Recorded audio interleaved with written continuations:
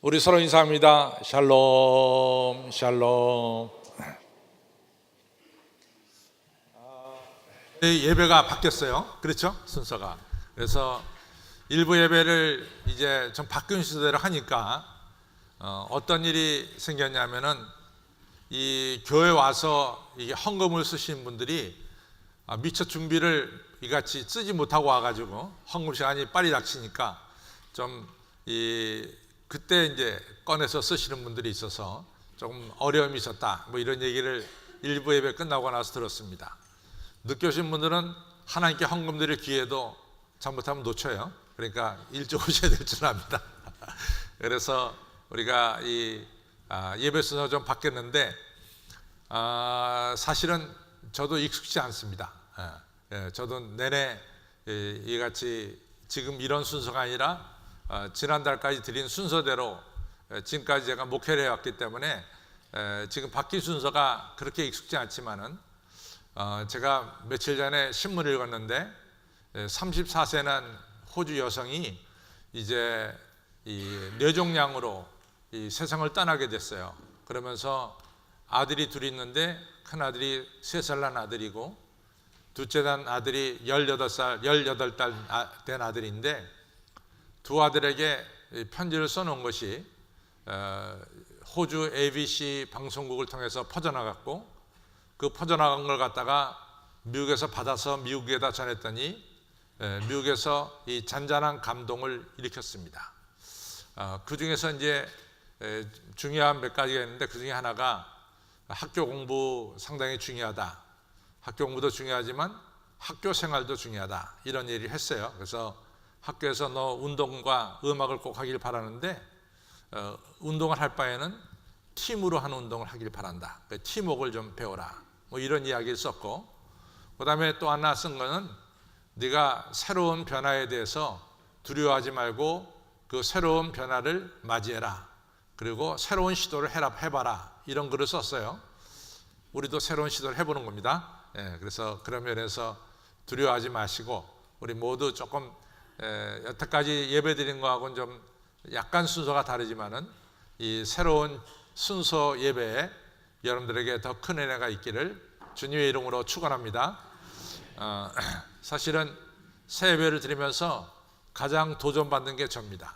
그래서 저도 이제는 여러분들 이렇게 마주보고 또 우리 김성장 원사님 양쪽 무릎 수술을 다 하고 오셨는데 건강히 오셔서 너무 감사하고 이렇게 여러분들 얼굴을 보면서 이 설교를 한다는 것이 사실은 쉽지가 않아요. 뭔가 앞에 이 방어막이 있어야 되거든요. 이런 거 조그만 게 그래야 숨을 때도 좀 있고 피할 때도 좀 있는데 그런 거 없이 여러분과 마주대해서 설교한다는 것이 쉬운 일은 아닙니다. 그러나 새로운 것을 두려워하지 않고 한번 부딪혀 나가기로 마음을 먹었습니다. 이제 올해가 2017년이 됐기 때문에 1517년 10월 31일 날 마틴 루터가 95교자 반박문을 갖다가 비텐베르크 대학에 걸었죠. 그래서 그 종교개혁 건지 시작한 지가 500년이 됐다. 그래서 2017년 정말 한국교회가 떠들썩하게 여기저기서 종교개혁을 같이 이야기하고 있습니다. 근데 사실은 한 10년 전쯤 우리가 되돌아가 보면은 우리 한국교회가 정말로 종교개혁을 10월 30일 날 종교개혁주의를 제대로 지켰느냐라고 물어보면은 그러지 않았어요. 그걸 어떻게 하냐면은 여러분들 다 안 보신 분들이 많겠지만은 저는 이제 국민일보를 이제 교회에서 보기 때문에 국민일보를 보는데 국민일보의 이 토요일 날 신문에 보면은 항상 오늘 이 주일 날 어느 교회가 성경은 뭐고 설교 제목은 뭐다 이런 게 이제 나오는데 10년 전만 하더라도 그 한 면에 한 교회가 나오기 때문에 한 50개 교회 정도가 게재가 됐어요. 근데 지금은 광고가 많이 줄은 것 같아요. 그래서 한 24개 교회가 나오는데 저는 이제 그거 보면은 설교 제목하고 성경 본문을 딱 보면은 한 7, 80%는 맞을 겁니다. 이 목사님께서 오늘 어떤 설교를 가지고 하실 것이다. 이런 대강의 이제 제가 생각이 들어요. 저도 뭐 오랫동안 설교를 해봤기 때문에 되게 성경 본문하고 설교 제목만 보면은 대강 알 수 있죠. 10년 전만 해도 이 10월 말에 종교개혁주일에 종교개혁에 대해서 이같이 설교하신 교회는 별로 없었어요. 정말 없었어요. 한 50개 교회 중에서 한두 교회만이 종교개혁에 대한 설교를 했지 나머지 48개 교회는 하나도 하지 않았습니다. 그래서 제가 이제 성경 공부를 가르쳐주는 이런 이 CBMC라는 곳에 있는데 거기에 이제 오랫동안 장로님 하시고 지금 은퇴하신 윤대진 장로님이라는 분이 계세요. 그분이 연세가 거의 85살 드셨는데 이분이 하루는 제 앞에서 그래요. 목사님, 제가 조금 아쉬운 얘기를 좀 해야 되겠습니다. 그래서 뭘 하십니까? 그랬더니 도대체 한국교회는 종교개혁주의를 맞이해서 좀 변화되고 새로워져야 되는 이 종교개혁에 대해서 전혀 종교개혁주의를 맞이해도 그 설교는 목사님들이 하지 않습니다. 이런 얘기를 해요. 근데 그 얘기를 보니까 정말 맞는 것 같아요. 그래서 저는 웬만하면 종교개혁주의를 지키려고 애쓰는데 그 얘기를 듣고 그렇다. 꼭 내가 10월 말에 종교개혁주일이 되면은 종교개혁에 대해서 좀 말씀을 전해야 되겠다. 이런 다짐을 했었습니다. 그래서 이제 지난 주일날 제가 당연히 종교개혁주일에 대해서 설교 좀 했어야 되는데 지난 주일 아시다시피 우리가 새성령 축제였어요. 그래서 따라서 제가 새로 오신 분한테 뭐 종교개혁에 대해서 잠깐만 이러쿵저러쿵 얘기한다는 게 너무 어렵게 보여서 한 주일 연기해서 오늘 11월 5일 날 여러분들에게 종교개혁에 대한 말씀을 좀 나누려고 합니다. 1517년 10월 31일 날 마틴 루터가 95개조 그 당시에 카톨릭이 행하던 종교의 여러 가지 행사에 대해서 질문을 던졌습니다. 그래서 우리가 한 가지 알아야 될 사실은 사실 마틴 루터는 철저하게 교황을 위했어요. 마틴 루터는 철저하게 교황을 위했습니다. 그래서 현재 그 카톨릭 교회가 가지고 있는 문제점을 좀 개선해 보려고 하는 이런 선한 뜻을 가지고 있었어요. 그래가지고 이제 95개조 같이 그 당시에 자기 생각에 쉽게 이해가 안 되고 납득이 안 되는 95개조를 비텐베르크 대학 정문에 걸어놓고 이 카톨릭 사제 중에 누구든지 공부를 많이 한 분들이 와서 좀 이 자기가 가지고 있는 이 의문스러운 것들 이것에 대해서 좀 대답을 주십시오 이런 얘기입니다. 그 중에 하나가 우리가 잘 알고 있는 면죄부라고 하는 건데 정확하게 말해서 면죄부는 맞지 않는 얘기예요. 이 죄에 대해서는 이 하나님께서만이 용서하실 수 있지 그 어떤 것을 가지고도 용서받을 수가 없다. 이것은 이 마틴 루터나 그 당시에 모든 카톨릭 이 교황까지도 거기에 대해서는 건들진 않았어요. 죄의 용서는 오직 하나님만이 할 수 있다. 이것입니다. 그럼 뭘 가지고 문제 삼았느냐? 면벌부입니다. 예를 들어서 우리가 세상 법정에 가서 잘못해가지고 형 5년 혹은 형 10년을 갖다가 판결받잖아요. 그러면 그 사람이 죄인이기 때문에 5년과 10년을 벌을 받아야 되는 거예요.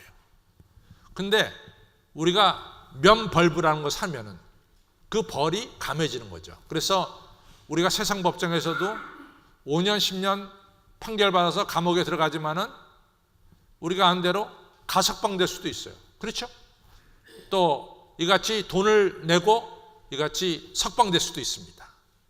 바로 그런 의미하고 똑같아요. 그 돈을 주고 면벌부를 사면은 죄로 인한 벌을 우리가 면할 수 있다. 이런 생각에서 소위 면벌부를 파는 거죠. 그것이 이제 정확합니다. 그래서 이제 마틴 루터는 그것도 우리가 돈을 주고 우리의 공로로 우리의 노력으로 이같이 벌이 감해진다, 가석방이 된다. 그것은 우리 인간이 할 일이 아니다. 이것이 이제 마틴 루터가 정확하게 가지고 있었던 거예요. 그런데 어떻게 그것을 이 카톨릭 교회가 돈 받고 면벌부를 팔 수 있느냐? 이거에 대해서 질문을 던진 거죠. 근데 이제 그 당시에 카톨릭 사제들이 이 마틴 루터의 이러한 질문에 대해서 몇 명이 나와서 정직하게 대답을 했다면은 이 문제는 그렇게 커지지 않는 거예요. 근데 카톨릭 교회가 이 마틴 루터가 제기한 95개조에 대해서 어느 사제도 나와서 대답을 하지 않은 거예요. 그냥 무시해 버렸어요. 이제 그러면서 점점점 이것이 커지다가 드디어 카톨릭 교회가 이 마틴 루터를 갖다가 이같이 파면시킵니다. 근데 이것이 중세 시대의 이 파면이라고 하는 것은 굉장히 심각한 거예요. 왜 심각하냐? 중세 시대에 다 크리스찬입니다. 다 크리스찬이고 중세 시대에 다 이 사람들이 교회 등록부에 있는 것이 바로 호족과 똑같아요. 그래서 여러분들 지금도 독일에서는 교회를 한 번도 안 나가더라도 이 독일에서는 이 결혼식이나 장례식은 교회에서 치러져요. 왜냐하면 교회에 그 사람의 우리나라에 호적이 있듯이 그 사람의 호적이 있듯이 이 호적이 있단 말이죠. 그래서 거기서 이제 결혼식이 이루어지거든요. 여러분들 우리가 한 대로 누가복음 19장에 나오는 삭개오의 가장 큰 문제가 뭐였냐면은 이 유대교에서 삭개오를 갖다가 이 회당에서 이같이 추방시켰어요. 너 다시는 이 회당에 나오지 말아라. 이 회당에 못 나오게 했어요. 아니 그 당시 유대인들이 회당에 안 나가면 어떻게 됐냔 말이지. 유대인이 아니란 얘기 아니에요. 그러니까 이건 하나의 완전히 그 유대교라고 하는 울타리에서 내쫓는 겁니다. 이같이 삭개오가 세리장 노릇을 했다고 해서 회당에서 출교시킨 거죠. 너무나 이 삭개오가 충격이 컸겠죠. 근데 예수님께서 뽕나무에 있는 삭개오한테 내려와라. 내가 너희 집에 유해야 되겠다 하시면서 드린 말씀이 뭡니까? 삭개오에게 너도 아브라함의 자손이다. 너도 아브라함의 자손이다. 비록 네가 유대교 회당에서는 쫓겨났는지 모르지만 너 분명히 아브라함의 자손 이스라엘 사람이야. 이 말 한마디가 이 삭개오에게 얼마나 큰 은혜가 되고 힘이 됐겠냐 말이죠. 마찬가지입니다. 마틴 루터를 갖다가 이 사제를 갖다가 카톨릭에서 파문시키니까 마틴 루터가 그때부터 완전히 이 카톨릭하고 등을 지게 된 거죠. 그러면서 그때부터 종교개혁이라고 하는 아주 새로운 운동이 이 마틴 루터로부터 시작이 됐습니다. 제가 여러 번 말씀드렸지만은 이 마틴 루터는 아버지의 영향을 참 많이 받았어요. 근데 그 아버지가 어떤 성격이냐면 제가 그랬죠. 매우 부지런한 사람이라고. 그 아버지가 원래는 농사하는 분이었어요. 근데 이 아버지가 얼마나 열심히 일을 잘했던지 글쎄 돈을 많이 벌어가지고 마틴 루터의 아버지가 광산의 주인이 됐습니다. 그래서 돈을 많이 벌기 시작했어요. 그래서 사실은 이 농사 짓는 분의 아들이 대학에 가서 공부하는 것이 그 당시 어려웠어요. 근데 마틴 루터 아버지가 돈을 많이 벌어갖고 이같이 광산을 가졌기 때문에 마틴 루터가 태어난 것은 아이슬레벤이라고 아주 시골 동네인데 이 마틴 루터를 갖다가 도시에 보내서 소위 말해서 지금 같으면 유학이죠. 유학을 보내서 법학을 시켰습니다. 이 정도로 아버지가 열심히 일하는 사람이었는데 아버지가 아들한테 준 교육이 뭐냐? 너 아들아 5을 일하면 5의 결과가 와. 열을 일하면 열의 결과가 온다. 그러니까 아버지는 철저하게 하나님 믿었는데 어떤 하나님 믿었냐면 공의의 하나님 믿었어요. 네가 수고한 만큼 결실은 있는 것이다. 또 반대로 네가 죄를 졌어? 하나님이 절대로 너를 용서하지 않고 벌을 주실 거야. 그러니까 아주 공의의 하나님입니다. 어려서부터 마틴 루터가 이런 아버지의 교육을 받았기 때문에 마틴 루터 마음속에는 자기가 저지른 죄가 어떤 모양으로든지 사함받지 않으면은 자기는 틀림없이 하나님께 벌 받는다는 거죠. 아주 공의의 하나님에 대해서 꽉 머리에 들어있으니까.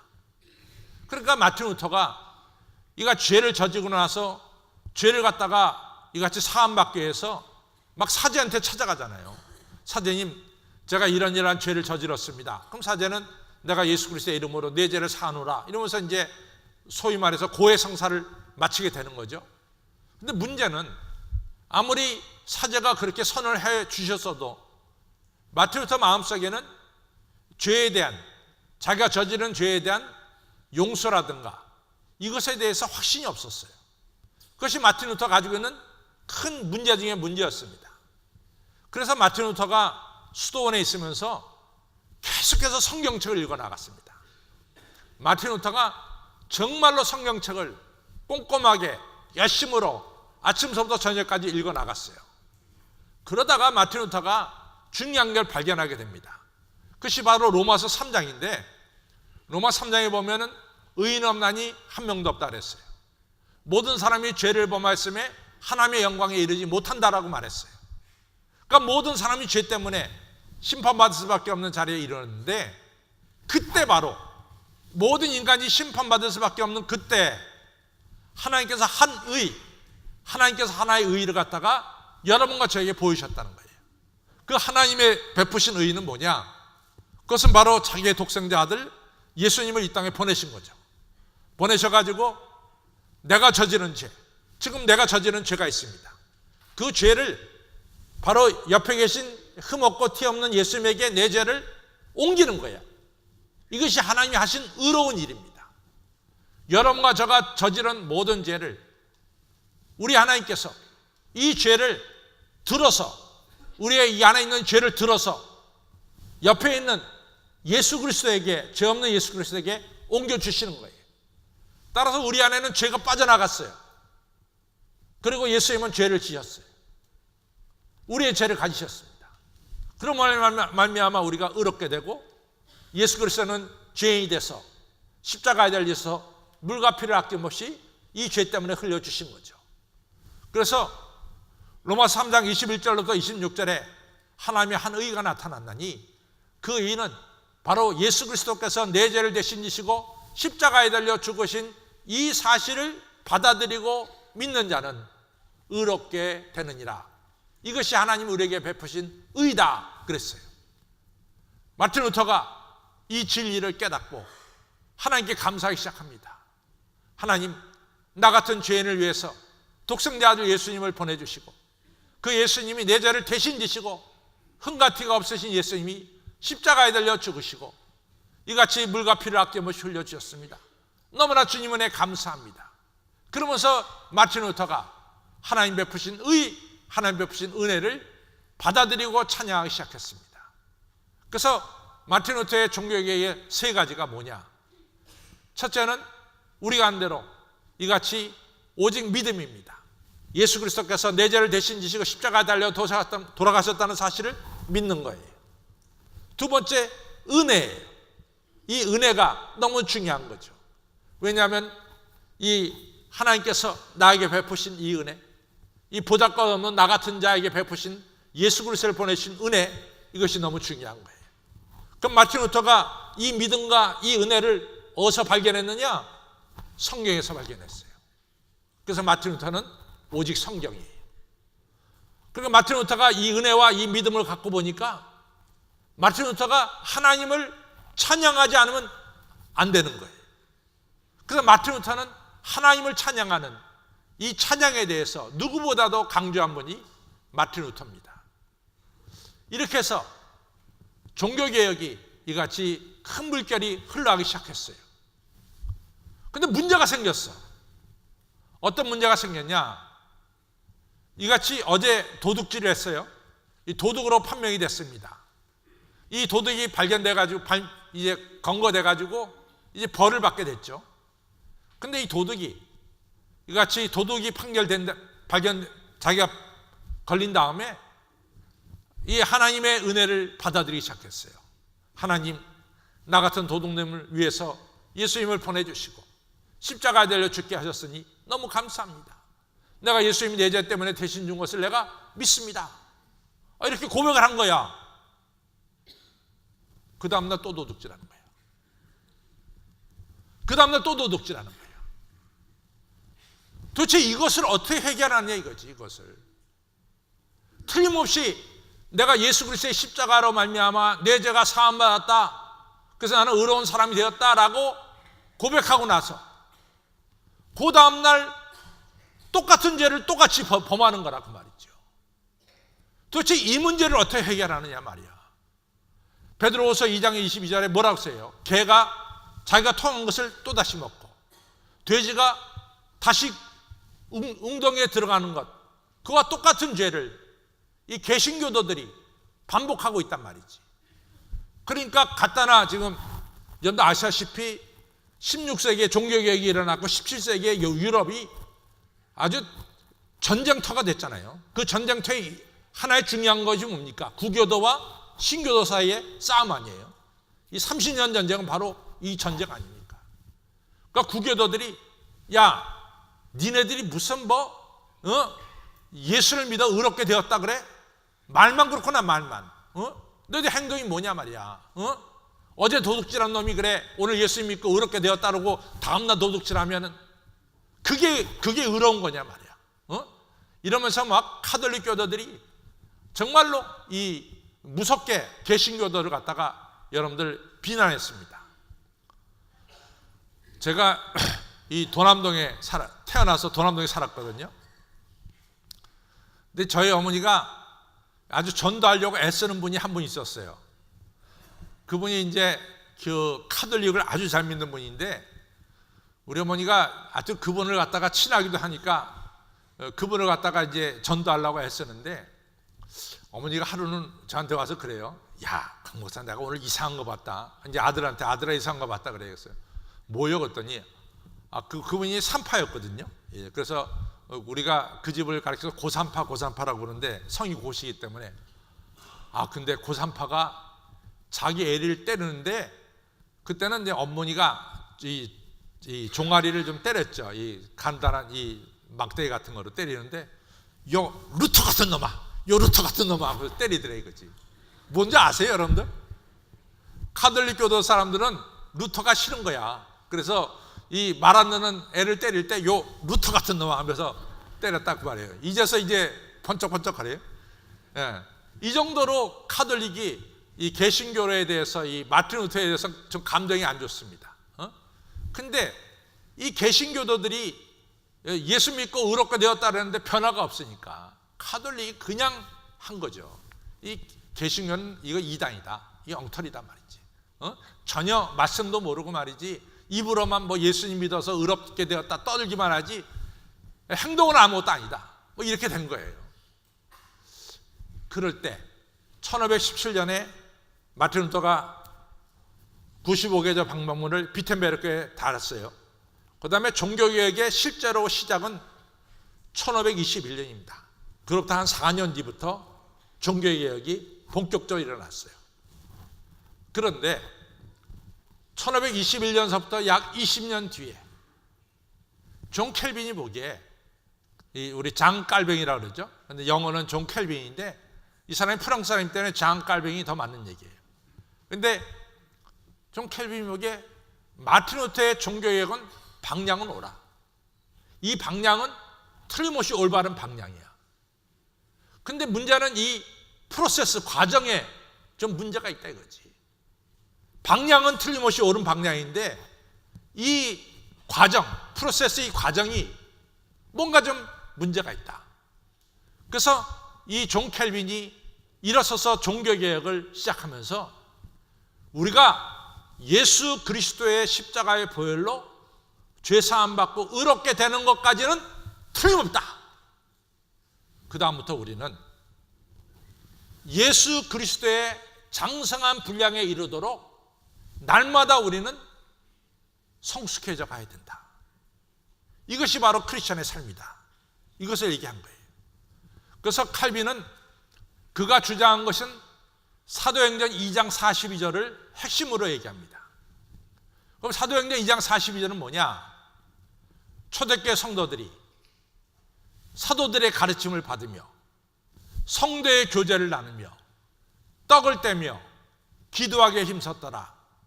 이 네 가지입니다. 그러니까 사도들의 가르침을 받는다는 것은 이렇게 예배 드린다는 거예요. 또 성경 공부를 한다는 거예요. 또 성도의 교제를 나눈다는 것은 뭐냐면 우리가 섬기는 거예요. 이웃들을 섬기는 거예요. 구제 활동을 하는 거예요.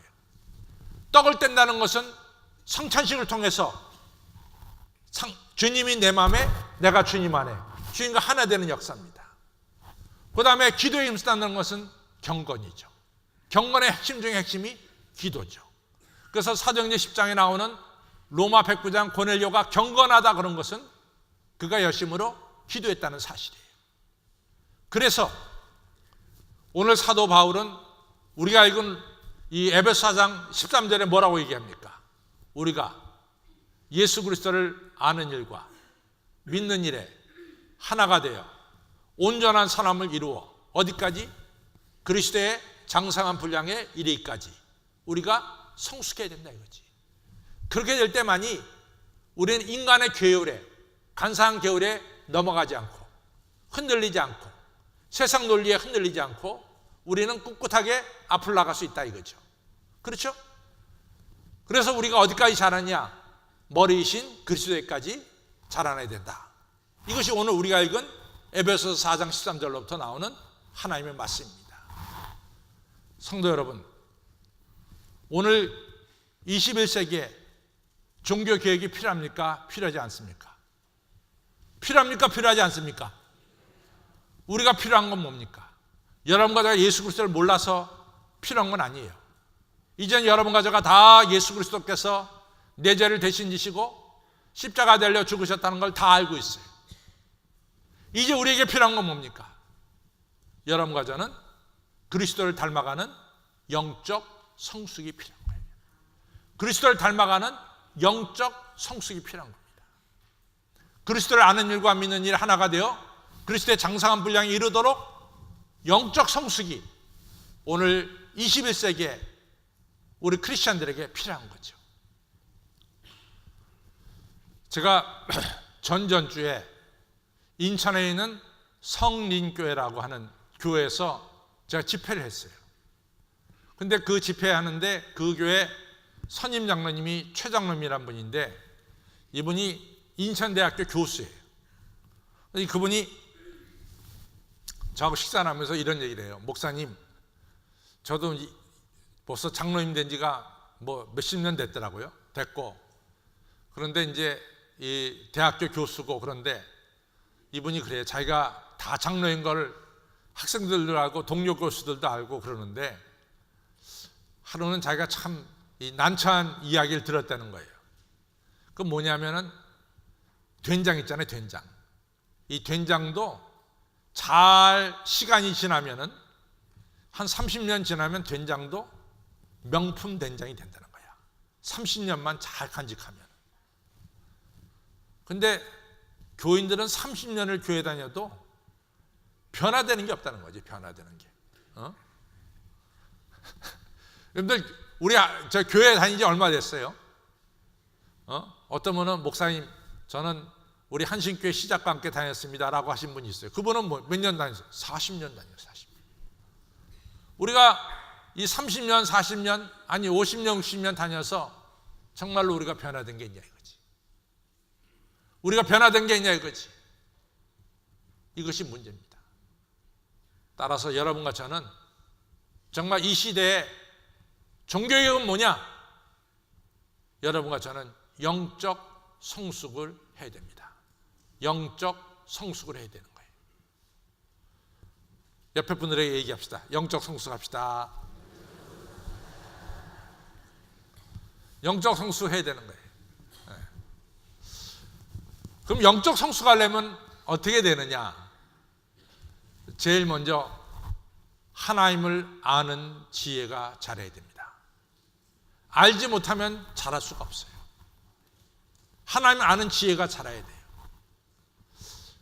요한복음 17장은 특별한 장입니다. 왜 특별한 장이냐면 다른 데서는 나오지 않는 마태, 마가, 누가에 나오지 않는 특별한 장이 요한복음 17장인데 요한복음 17장은 예수님이 대제사장으로서 우리의 모든 소원과 기도를 모아서 예수님이 대표적으로 하나님께 드린 기도, 그것이 바로 요한복음 17장이죠. 17장 3절에 보면 뭐냐? 영생이란 뭐냐? 여러분과 제가 예수님이 부활한 것처럼 우리도 부활해서 영원히 산다고 하는 영생이란 건 뭐냐? 영생은 하나님을 아는 것과 하나님 보내신 예수 그리스도를 아는 것이다. 이렇게 정의를 해놨어요. 영생은 뭐냐? 하나님을 아는 것과 또 하나님 보내신 예수 그리스도를 아는 것이다 그랬어요. 저 따라서 영생은 하나님 아는 것과 하나님 보내신 예수 그리스도를 아는 것이다. 정확히 말했어요. 근데 여러분들 얼마나 여러분들이 하나님 알고 있어요? 여러분들 얼마나 여러분과 저가 이 예수 그리스도를 알고 있느냐 이거죠. 사실은 여기 있는 분들 뭐 다는 아니겠지만은 몇 분들은 아마 주일날 설교로 끝날지 몰라. 일주일 내내 주일날 와서 설교 한번 듣고 그리고 일주일을 그냥 살아가. 일주일 내내 성경 보는 일도 없고 뭐 하나님 말씀을 심각하게 묵상하는 일도 없고 그냥 주일에 와서 한번 이 성경 보고 이 설교 듣고 가는 경우도 있어요. 근데 이 설교가 얼마나 가느냐? 제가 화요일 날 순정 공부할 때 지난 주일날 제가 무슨 설교했습니까? 했더니 대답들 못해. 엊그제 설교한 건데.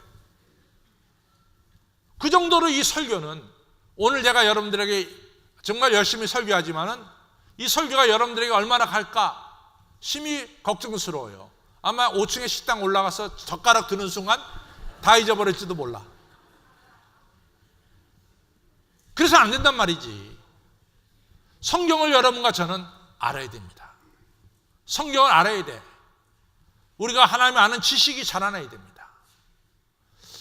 여러분들 이스라엘 역사를 보면요, 이 다윗 왕이 통일을 만들었잖아요. 다윗 왕이 통일한 다음에 솔로몬 왕이 40년을 통치합니다. 솔로몬 왕이 통치가 끝나고 나서 그것이 주전 922년인데 통치가 끝나면서 우리나라처럼 북이스라엘 남유다로 갈라져요. 나라가 두 쪽 나는 거죠. 북한과 남한으로 갈라졌듯이 이스라엘도 북이스라엘 남유다로 갈라졌어요. 북이스라엘 수도는 물론 디르사가 시작이지만 사마리아가 수도가 되고 남유다는 이스라엘이 예루살렘이 수도가 됐어요. 마치 평양과 서울 이같이 두 개가 각 나라의 수도이듯이 수도가 나눠졌어요. 그런데 원래 갈라질 때 보면은 북이스라엘이 남유다보다 훨씬 더 지형적으로 좋아요.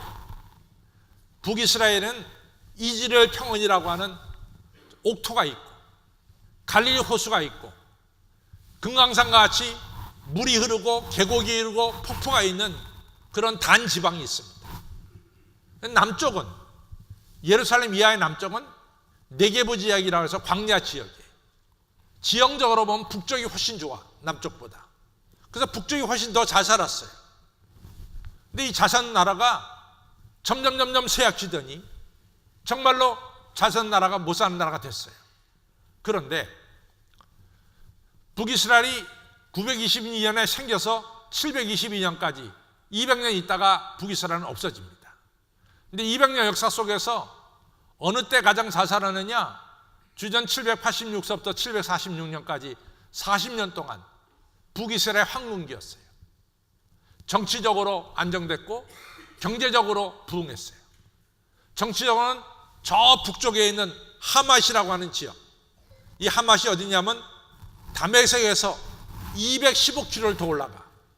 그러니까 이쪽 이 예루살렘으로부터는 한 400km 떨어진 곳에 하맛이 있어요. 근데 그 지역까지 이스라엘이 다 통치했어요. 얼마나 경제적으로 잘 살았냐면 포도주를 이같이 바가지 같은 거, 큰 것으로 바스켓으로 마셨다 그랬어요. 그럼 얼마나 물자가 풍부했나를 아주 잘 보여줍니다. 그렇게 정치적으로 모든 것이 안정돼 보일 때 아모스라고 하는 선지자가 말합니다. 하나님이 너희들을 심판하시는데 어떤 심판하시느냐? 트럭이 무거운 물건을 잔뜩 싣고 아스팔트를 지나면요, 트럭 바퀴에 따라서 아스팔트가 가라앉습니다. 그래서 트럭이 많이 다닌 길을 보면은 트럭이 다닌 길에는 푹 파였어요. 가운데는 올라갔고, 마찬가지로 이 수레에다가 내가 잔뜩 물건을 실어서 그 수레가 땅을 누름같이 내가 너 이스라엘 백성들을 누르겠다. 메뚜기가 날라와서 모든 곡식물을 다 갉아먹듯이 내가 북이스라엘의 심판을 내리는데 메뚜기를 보내서 이같이 모든 곡식을 다 갉아먹게 하겠다. 또 세 번째로는, 여러분들 우리가 여름과일하면 여름과일이 뭡니까? 수박, 참외 이런 게 여름과일이죠. 여름과일 사두고 집에 두면 오래 갑니까? 아니면 쉽게 망가집니까? 여름과일은 쉽게 망가져요. 내가 여름과일처럼 내가 너희를 심판하겠다. 빠른 시일 내에 내가 심판하겠다. 그러면 북이스라엘이 받는 심판이 뭡니까? 호세아 4장 6절에 말하기를 내 백성이 하나님을 잊어버렸도다. 북이스라엘이 받는 하나님의 심판의 원인이 뭐냐? 내 백성이 하나님을 아는 지식이 없다 말이지. 너희가 하나님을 잊어버렸으니 나도 너희를 잊어버리겠다. 너희가 하나님의 율법을 잊어버렸으니까 내가 너희 자식을 잊어버리겠다 말이야. 북이스라엘이 하나님의 심판받는 이유는 경제적으로 정치적으로 이같이 번성할 때 다 하나님을 잊어버린 거예요. 그것이 심판의 원인입니다. 786년부터 746년까지 40년 동안 부귀영화를 누리다가 20년 채 못 돼서 720년 조금 지나서 722년에 북이스라엘은 아시리아 나라에게 멸망당하고 마는 거죠. 사랑하는 성도 여러분, 여러분들 다 경제적으로 얼마나 우리가 누리고 있어요. 정말 우리 교회는 너무 좋아. 이렇게 분위기가 좋고 이게 시설이 잘 된 교회가 없어요. 여러분들 지금 추워요? 바깥은 추운데 여름은 안 추워? 여러분들 여름에 바깥은 더운데 여름은 안 더워? 여러분 뭐 화면에 글씨가 안 보여? 너무 잘 보여? 음악이 나빠? 얼마나 음악이 멋있어? 다 갖췄다고. 근데 하나님 아는 지식이 없는 거야. 다 갖췄는데 하나님 아는 지식이 없는 거야. 내 백성이 하나님 아는 지식이 없으므로 망하는도다 그랬어요. 성도 여러분, 그래서 호세아가 말합니다. 그러자 우리가 힘써 여호와를 알자. 힘써 여호와를 알자. 여호와는 아침에 해가 뜨듯이 정확하게 우리에게 나타나지 않느냐? 가물 때 비를 내려주듯이 우리에게 늦은 비를 베풀지 않느냐? 우리가 다시 힘써 여호와를 알자. 그가 찢었으나 우리를 도로 싸매 주실 것이다. 이 귀한 외침을 호세아 6장 3절에서 말씀하고 있습니다. 사랑하는 성도 여러분, 하나만은 지식이 자라길 바랍니다. 오늘만 설교 듣는 걸로 끝나는 게 아니야. 집에 가서 성경 읽으시라도, 성경 읽으시라도 주를 아는 지식이 여러분과 저에게 자라기를 주님의 이름으로 축원합니다. 성경 읽어야 돼요. 성경 말씀 읽어야 됩니다. 두 번째, 영적 성장의 두 번째는 우리 마음속에 이 하나님을 알고 싶어하는 마음, 내가 믿음을 더 갖고 싶어하는 마음, 이런 갈망이 있어야 돼요. 이런 갈망이 있어야 되는데도 여러분과 제 마음속에 주여 정말 내가 하나님을 알고 싶습니다, 이런 갈망이 있어야 되는데도 갈망이 없으면 안 돼요. 갈망이 없으면 성장이 없습니다. 우리가 간절한 마음으로 주를 알고 싶어하는 그런 마음이 있어야 돼요. 제가요, 이 브라질에 살 때 제가 이 영락교회라는 교회에서 제가 전도사 노릇을 했어요. 왜냐하면 브라질 상파울로에는 우리 기장교회가 한 교회도 없었어요. 그래서 제가 영락교회에서 전도사 노릇을 했습니다. 근데 제가 참 교만했던 것 같아요. 네, 지금 생각하면 너무 창피한데, 제가 이제 그 교회는 목사님 한 분, 전도사 한 분, 이게 저하고 이제 둘이서 교역자가 2명이었는데, 제가 이같이 이 설교를 들으면서 이제 느낀 게, 그 당시에 뭐 1975년도 막 이때니까, 78년도 이때니까, 지금부터 몇 년 전입니까? 뭐 하여튼 한참 전이죠. 40년 전 얘기인데, 그때 제 생각에는 나한테 만약에 설교를 시킨다면은 나는 훨씬 더 설교를 잘할 수 있을 것이다, 이런 생각을 했어요 그때. 그런데 이제 저희 집사람하고 저하고 미국에 딱 올라와서 제가 글쎄 28살에 담임 목사가 됐어요. 담임 목사가 돼가지고 이제 28살에 담임 목사가 되면 나이가 몇 살로 뛰냐면 50살로 뛰는 거예요. 그러니까 20대 목사가 아니라 50대 목사로 바뀌어야 돼. 그렇지 않으면 목회가 안 되니까. 그래서 이제 이 50대가 이 28에 담임 목사가 됐는데 제가요 5번 설교하니까 설교가 끝이 나. 할 게 없어. 5번 설교하니까 설교를 할 게 없대도. 그러니까 내가 전도사 때 교만하게 떠든 게 여실히 드러나죠. 제가 5번 설교하니까 설교할 게 없더라고. 그러니까 제가 다음 주일날 또 설교해야 되잖아. 근데 설교할 게 없어. 그래서 목사님들이 가장 편한 시간이 언제냐면은 주일날 예배 끝나고 돌아가는 시간이 제일 편한 시간입니다. 난 집에 못 들어갔어요. 제가 혼자 남아가지고 강다상에 엎드려가지고 울면서 기도했어요. 하나님, 저 다음 주일날 설교할 거 없는데요. 뭘 설교하죠? 이 설교도 성경을 봐야 이겠지. 성경을 볼 때 딱 머리에 탁 뭐가 튀어 올라와야 돼요. 그게 안 올라오면 설교가 안 만들어지는 거야. 그런 게 안 생기니까 어떻게 설교를 만들 수가 없어. 성경을 읽어도. 하나님 어떻게 하면 좋죠? 정말 제가 간절하게 기도했어요. 갈망하면서 기도했습니다. 저는 그때 은혜 받았어요. 갈망이 없으면 은혜를 못 받는데도 간절한 마음이 없으면 은혜를 못 받아. 근데 더 무서운 것은 하나님이 여러분과 저를 그냥 놔두지 않는다는 거야. 이게 더 무서운 거야. 하나님은 이스라엘 백성들을 그냥 놔두지 않았어요. 저들이 하나님 잊어버리니까 바벨론 포로로 끌려가게 했어. 바벨론 포로 끌려가서 그때서야 성전을 그렸대도 성전이 그립습니다. 그때 가서야. 그때 가서 저들이 성경을 읽었대도. 그래서 바벨론 포로기에 성경이 만들어졌고 바벨론 포로기에 성경을 우리의 삶에 어떻게 적용하느냐, 이 탈무드가 만들어진 거라고요. 이같이 쫓겨난 다음에야 깨달은 거죠. 다윗도 마찬가지야.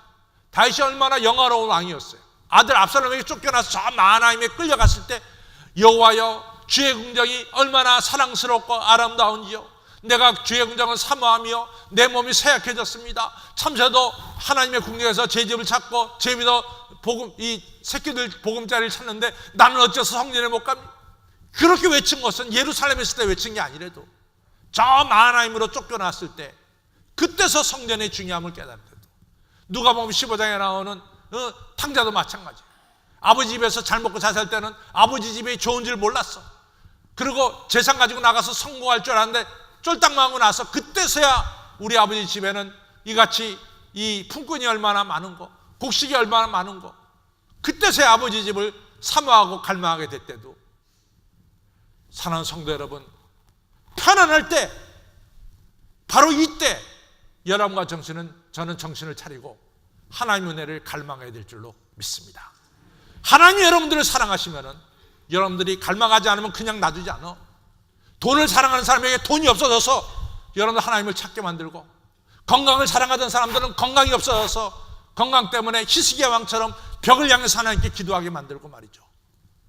여러분들 편안할 때 이같이 이런 좋은 시기에 하나님의 은혜를 갈망하시기를 바랍니다. 하나님이 여러분과 저를 사랑하시면 절대로 그냥 놔두지 않습니다.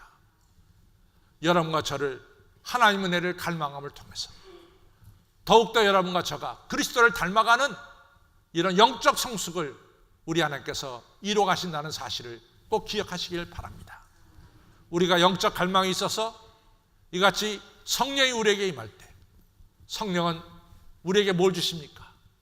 사랑과 희락과 화평을 주시는 거예요. 성령은 우리에게 임할 때 어떤 축복을 주십니까? 너는 내가 사랑하는 아들이고 내 기뻐하는 자다. 확신을 주세요. 성령 우리 안에 임해서 어떤 축복을 주십니까? 우리를 대신해서 내가 미처 기도하지 못한 것까지 기도해 주세요. 성령 우리 안에 역사하셔서 뭘 주십니까? 모든 일이 합력해서 선을 이루도록 성령님은 역사에 나가시죠. 성령님 우리 안에 역사하셔서 뭘 축복을 주십니까? 우리를 축복의 마다들로 만들어 주시는 거예요. 성령님 우리를 영화롭게 하는 거예요. 사랑하는 성도 여러분, 영적 성숙이 있기를 바랍니다. 하나님 아는 지혜가 자라고 사모하는 마음으로 성령 임하기를 기다려서 우리 가운데 성령 충만한 가운데 그리스도를 닮아가는 영적 성숙이 여러분과 저에 있기를 주님의 이름으로 축원합니다.